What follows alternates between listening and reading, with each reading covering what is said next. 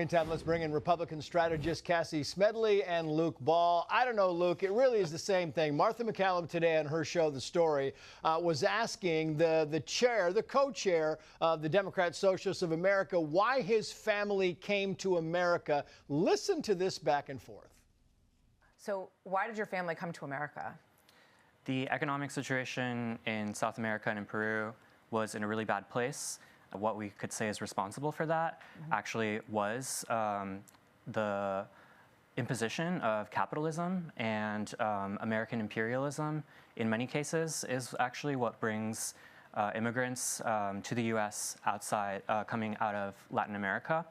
And so they come here because they don't like the imposition of American imperialism in the country that they're in? Yes. DSA co-chair, Luke Ball, the DSA co-chair came to the home of capitalism to escape capitalism. So what this guy is advocating for is not a public policy platform. It is the abolition of America written by elementary school dropouts who couldn't find an eraser in the brainstorming classroom that they were trying to come up with this stuff in. And it just reinforces the notion that it is lazy and unintelligent public policy and lazy and unintelligent advocacy positions for them to take, because at the end of the day, socialism only works. And this guy admits it later in the interview, if capitalism is propping it up for the same reason that Bernie Madoff was successful, just because all of the unwitting investors were pouring money into his Ponzi scheme.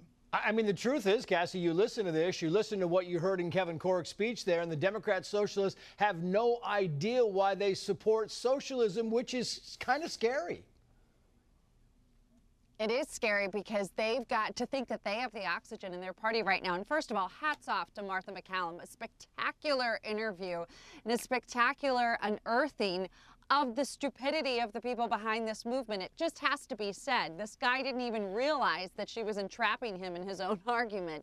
But more than that, here's the issue, is that socialism writ large across the country is not gaining popularity, but it is in the Democrat Party. And they're having to grapple with that in their civil war, because even if they want to say, oh, this is only happening in these deep navy blue cities, as we've talked about here before, they've got candidates across the country, and they are ousting, I should say, their own more seemingly pragmatic incumbents in this case. And that's what they're up against. And that's a real issue for all of us as a country if those people get to Congress. I'm going to go you one better on this one, Luke Ball. Here we go. So now we're going to see why the Senate candidates in Maine decided to run for the Senate. Listen.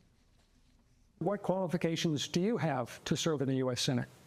Oh, I ran for office several times. Didn't win, but I did run. And then I'm a songwriter, and then I write my own books. Held senior level positions for over 27 years. I actually have a master's of business administration degree. I am a finance person as well. The reason I'm doing this is because people have become disenfranchised. I think maybe a disenfranchised songwriter probably takes that Senate seat. What do you think, Luke? It's a race to the bottom, Trace. Those resumes sounded like the wonderful resumes of the folks down at your local cat cafe. And if Democrat primaries in deep blue states started becoming about actual public policy, then it would stop sounding like spoken poetry night at your local ridiculous, woke organization that you might find in some deep blue city. And unfortunately, it seems like this is just the direction that the Democrat Party is going. They have these socialist candidates they want to prop up so badly, and they want leadership so badly, they have no other direction to go. Meantime, I want to end on a high note here, Cassie, because we have a FoxNews.com headline which reads the following here. Video shows Canadian illegal aliens slapping a teenager over Trump ICE clothing. This is from the DHS. So here it is. We're going to run this for you. The slap is 4 seconds. Watch this. And bam, slap. There it goes.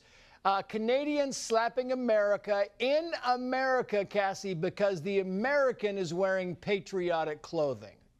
Your thoughts?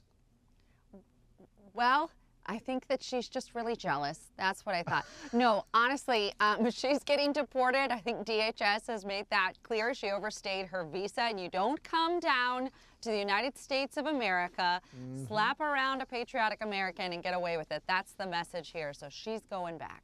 Bingo. Cassie, Luke Ball, thank you both.